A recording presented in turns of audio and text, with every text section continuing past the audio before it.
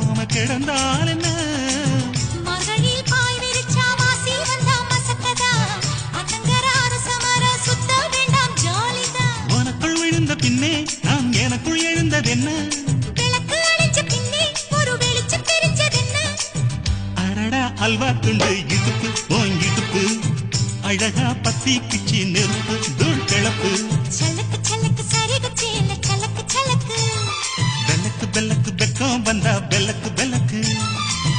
எனக்கு குளிர்னா ஒன்ன எடுத்து போத்துவே மாம தோளிலே மச்சம் போல மாறுவே அடடா அல்வா துண்டு இடுப்பு